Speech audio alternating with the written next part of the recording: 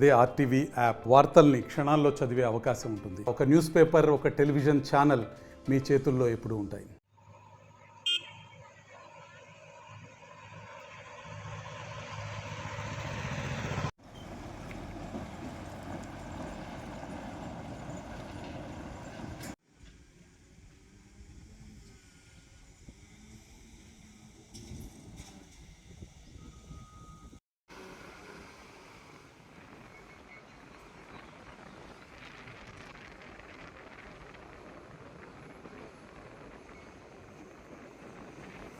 ప్రపంచ ప్రఖ్యాతిగాంచినటువంటి చేమకుర్తి గ్రానైట్ క్వారీలోని డొల్లతనం మరొకసారి బట్టబయలైంది. గత కొన్ని రోజుల క్రితం చేమకుర్తి హంస మినరల్ గ్రానైట్ క్వారీలో తమ జీతాలు చెల్లించాలని చెప్పేసి కూడా అక్కడ స్థానికంగా ఉన్నటువంటి కొంతమంది కార్మికులు నిరసనగా దిగిన నేపథ్యంలో కూడా ఒక వ్యక్తి పి సుబ్రహ్మణ్యం అనే వ్యక్తి ఒంటిపై పెట్రోల్ పోసుకుని ఆత్మహత్యకు కూడా ప్రయత్నించిన నేపథ్యంలో అతన్ని వైద్య నిమిత్తం కూడా చెన్నై ప్రైవేట్ హాస్పిటల్లో చేర్పించారు. కానీ అతను కొన్ని రోజులు ప్రాణాలతో పోరాడి 2 రోజుల క్రితం మృతి చెందిన నేపథ్యంలో కూడా అతని మృతదేహాన్ని నేరుగా చేమకుర్తి హంస మినరల్ గ్రానైట్ కూడా తీసుకొచ్చిన పరిస్థితి కనిపిస్తుంది. కానీ ఆ హంస గ్రానైట్ కి సంబంధించి యాజమాన్యం ఎంతకీ స్పందించకపోయేసరికి కుటుంబ సభ్యులు ఈ రోజు నేరుగా హంస మినరల్ గ్రానైట్ క్వారీ వద్దకే మృతదేహాన్ని తీసుకొచ్చి తమ నిరసన తెలియజేశారు.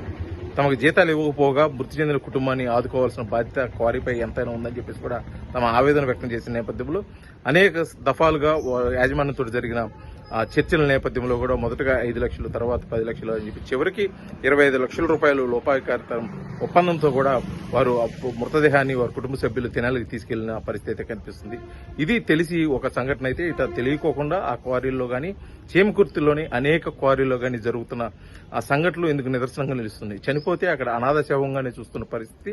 దీనిపై ఉన్నతాధికారులు గానీ పాలకులు గానీ చూసి చూడనట్లు వ్యవహరిస్తున్న తీరుకి ఇందుకు నిదర్శనంగా నిలుస్తుంది. ఎందుకంటే గతంలో ఇదే హంస క్వారీలో గతంలో భారీ ప్రమాదం జరిగి రాష్ట్రం కాదు దేశం మొత్తం కూడా చేమకుర్తి వైపు చూసిన పరిస్థితి ఉంది. అలాగే ఆ తర్వాత కూడా క్వారీలోని భద్రతా లోపాలు అంటే భద్రతా ప్రమాణాలు పాటించకపోవడం వల్ల జరుగుతున్న ప్రమాదాల వల్ల కానీ అదేవిధంగా యాజమాన్యం చేస్తున్నటువంటి నిరంకుశ వైఖరి కానీ కార్మికులు ఇబ్బంది పడుతున్న తీరు అనేకము ఇక్కడ సమస్యలు లేవుతున్నప్పటికీ ఆ సమస్యలు తీర్చేదాని కోసం ఇటు మైనింగ్ అధికారులు కానీ ఇటు పాలకులు కానీ ఎవరు కూడా చొరవ చూపిన పరిస్థితి.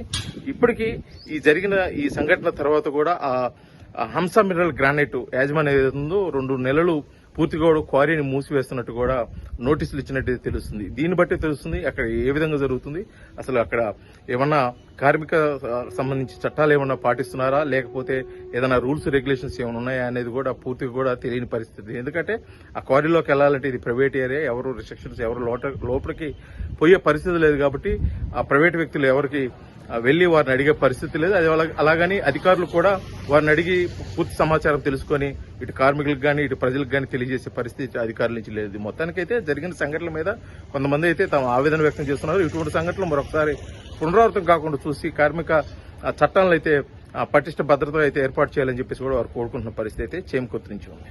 మరిన్ని వీడియోస్ కోసం ఛానల్ ని సబ్స్క్రైబ్ చేయండి. లేటెస్ట్ అప్డేట్స్ కోసం వాట్సాప్ ఛానల్ ని ఫాలో అవ్వండి. అండ్ లింక్ డిస్క్రిప్షన్ లో ఉంది.